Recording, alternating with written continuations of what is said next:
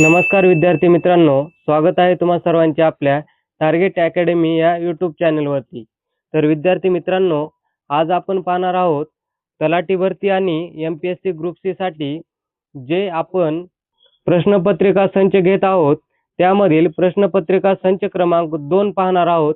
विद्यार्थी मित्रांनो, हे प्रश्न तुमच्या तलाठी भरती आणि MPSC ग्रुप सी साठी अतिशय महत्त्वाचे असणार आहेत. त्यामुळे विद्यार्थी मित्रांनो, हा व्हिडिओ नक्की शेवटपर्यंत पहा आणि प्रत्येक प्रश्नपत्रिका संच पाहण्यासाठी आपल्या यूट्यूब चॅनलला नक्की सबस्क्राईब करा. तर चला लगेच आजची प्रश्नपत्रिका पाहूया. तर विद्यार्थी मित्रांनो, या ठिकाणी प्रश्न क्रमांक 1 काय आहे ते पाहूयात. प्रश्न क्रमांक 1 असा आहे की भारतीय संविधानाचा भाग 3 कशाशी संबंधित आहे? तर विद्यार्थी मित्रांनो, या प्रश्नाचं योग्य उत्तर हे ऑप्शन क्रमांक सी आहे, म्हणजेच मूलभूत अधिकार. म्हणजेच भारतीय संविधानाचा भाग 3 हा मूलभूत अधिकारांशी संबंधित आहे. विद्यार्थी मित्रांनो, या प्रश्नांचे तुम्हाला योग्य उत्तर येत असतील तर नक्कीच कमेंटमध्ये उत्तर देण्याचा प्रयत्न करा, जेणेकरून तुमची या भरतीसाठी चांगल्या प्रकारे तयारी होईल. तर चला पुढील प्रश्न पाहूयात. प्रश्न क्रमांक 2 आहे, महाराष्ट्रातील सर्वात मोठे धरण कोणते आहे? तर या प्रश्नाचं योग्य उत्तर हे ऑप्शन क्रमांक बी आहे, म्हणजेच जायकवाडी. महाराष्ट्रातील सर्वात मोठे धरण हे जायकवाडी धरण आहे. हे या ठिकाणी लक्षात ठेवायचं आहे. तर पुढील प्रश्न पाहूयात.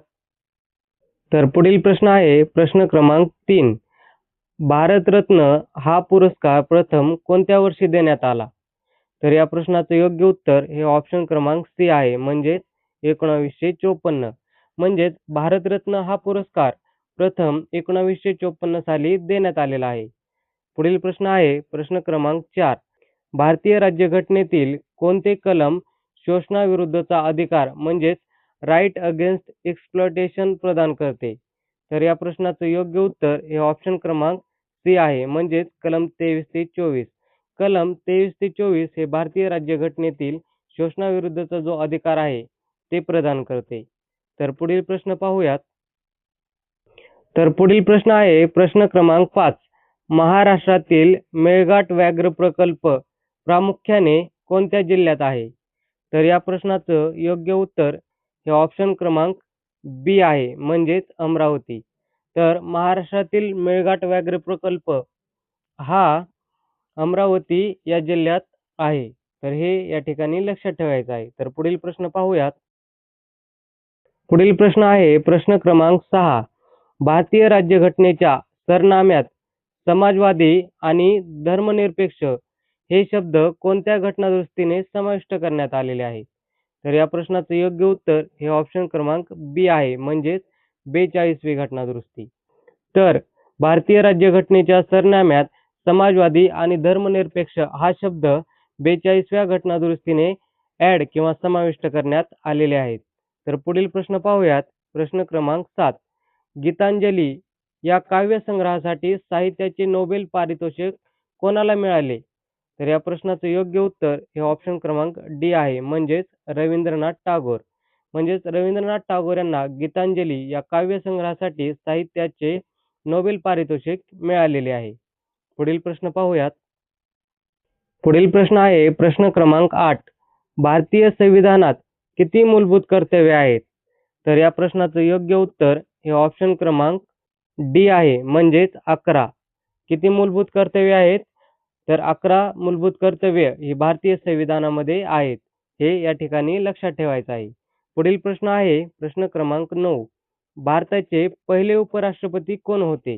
तर या प्रश्नाचं योग्य उत्तर हे ऑप्शन क्रमांक बी आहे, म्हणजेच डॉक्टर एस राधाकृष्णन. कोण आहेत भारताचे पहिले उपराष्ट्रपती? हे डॉक्टर एस राधाकृष्णन आहेत. तर पुढील प्रश्न पाहूयात.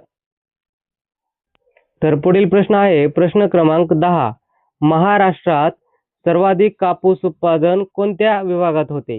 तर विद्यार्थी मित्रांनो, तर या प्रश्नाचं योग्य उत्तर हे ऑप्शन क्रमांक सी आहे, म्हणजेच विदर्भ. म्हणजेच महाराष्ट्रात सर्वाधिक कापूस उत्पादन हे विदर्भ या विभागात सर्वात जास्त होते. हे या ठिकाणी लक्षात ठेवायचं आहे. तर पुढील प्रश्न पाहूयात. पुढील प्रश्न आहे प्रश्न क्रमांक 11. खालीलपैकी कोणता ग्रह लाल ग्रह म्हणून ओळखला जातो? तर या प्रश्नाचं योग्य उत्तर हे ऑप्शन क्रमांक सी आहे, म्हणजेच मंगळ. म्हणजेच मंगळ या ग्रहाला लाल ग्रह म्हणून ओळखला जातो. तर पुढील प्रश्न आहे प्रश्न क्रमांक 12. रामायणचे लेखक कोण आहेत? तर या प्रश्नाचं योग्य उत्तर हे ऑप्शन क्रमांक बी आहे, म्हणजेच वाल्मिकी. म्हणजेच रामायणचे लेखक हे वाल्मिकी आहेत. हे या ठिकाणी लक्षात ठेवायचं आहे. तर पुढील प्रश्न पाहूयात. पुढील प्रश्न आहे प्रश्न क्रमांक 13. भारतातील सर्वात लांब नदी कोणती आहे? तर या प्रश्नाचं योग्य उत्तर हे ऑप्शन क्रमांक ए आहे, म्हणजेच गंगा नदी. म्हणजेच भारतातील सर्वात लांब नदी ही गंगा नदी आहे. या ठिकाणी हे लक्षात ठेवायचं आहे. पुढील प्रश्न आहे प्रश्न क्रमांक 14. भारतीय निवडणूक आयोगाचा उल्लेख कोणत्या कलमात आहे?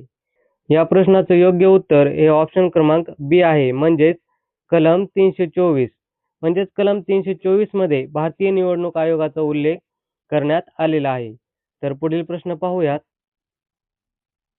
पुढील प्रश्न आहे प्रश्न क्रमांक 15. भारतातील पहिले राष्ट्रीय उद्यान कोणते आहे? तर या प्रश्नाचं योग्य उत्तर हे ऑप्शन क्रमांक ए आहे, म्हणजेच जिम कॉर्बेट. म्हणजेच भारतातील पहिले राष्ट्रीय उद्यान हे जिम कॉर्बेट हे आहे. हे या ठिकाणी लक्षात ठेवायचं आहे.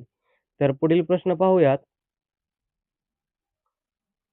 पुढील प्रश्न आहे प्रश्न क्रमांक 16. संगणकाचा जनक म्हणून कोणाला ओळखले जाते? तर विद्यार्थी मित्रांनो, या प्रश्नाचं योग्य उत्तर हे ऑप्शन क्रमांक बी आहे, म्हणजे चार्ल्स बॅबेज यांना संगणकाचा जनक म्हणून ओळखले जाते. तर पुढील प्रश्न पाहूयात. प्रश्न क्रमांक 17. भारतीय चलन नोटा कोण जारी करते? तर विद्यार्थी मित्रांनो, या प्रश्नाचं योग्य उत्तर हे ऑप्शन क्रमांक सी आहे, म्हणजेच भारतीय रिझर्व्ह बँक. म्हणजेच भारतीय रिझर्व्ह बँक ही चलन नोटा जारी करत असते. हे या ठिकाणी लक्षात ठेवायचं आहे. तर पुढील प्रश्न पाहूयात. तर पुढील प्रश्न आहे प्रश्न क्रमांक 18. महाराष्ट्रातील ताडोबा अंधारी व्याघ्र प्रकल्प कोणत्या जिल्ह्यात आहे? तर या प्रश्नाचं योग्य उत्तर हे ऑप्शन क्रमांक बी आहे, म्हणजे चंद्रपूर. तर महाराष्ट्रातील ताडोबा अंधारी व्याघ्र प्रकल्प हा चंद्रपूर या जिल्ह्यामध्ये आहे. तर पुढील प्रश्न पाहूयात. प्रश्न क्रमांक 19. वंदे मातरम हे गीत कोणी लिहिले? या प्रश्नाचं योग्य उत्तर हे ऑप्शन क्रमांक बी आहे, म्हणजेच बंकिमचंद्र चट्टोपाध्याय. तर वंदे मातरम हे गीत बंकिमचंद्र चट्टोपाध्याय यांनी लिहिलेले आहे. हे या ठिकाणी लक्षात ठेवायचं आहे.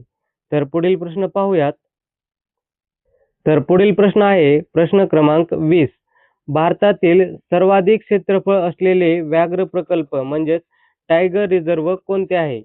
तर विद्यार्थी मित्रांनो, या प्रश्नाचं योग्य उत्तर हे ऑप्शन क्रमांक सी आहे, म्हणजेच नागार्जुन सागर श्रीशैलम. कोणते आहे? नागार्जुन सागर श्रीशैलम हे भारतातील सर्वाधिक क्षेत्रफळ असलेले व्याघ्र प्रकल्प म्हणून ओळखले जाते. तर विद्यार्थी मित्रांनो, हे झाले आपले अतिशय महत्त्वाचे प्रिव्हियस इयर क्वेश्चन. विद्यार्थी मित्रांनो, हे तुमच्या तलाठी भरतीसाठी आणि MPSC ग्रुप सी एक्झामसाठी अतिशय महत्त्वाचे असणार आहेत. त्याच्यामुळे प्रत्येक व्हिडिओ हा पाहत चला, प्रत्येक क्वेश्चन रीड करून वहीवरती लिहून घेत चला आणि या सर्व क्वेश्चनची रिव्हिजन करत चला, जेणेकरून तुम्हाला या भरतीमध्ये नक्कीच फायदा होईल. तर विद्यार्थी मित्रांनो, हा व्हिडिओ तुम्हाला कसा वाटला नक्कीच कमेंट करून कळवा. धन्यवाद.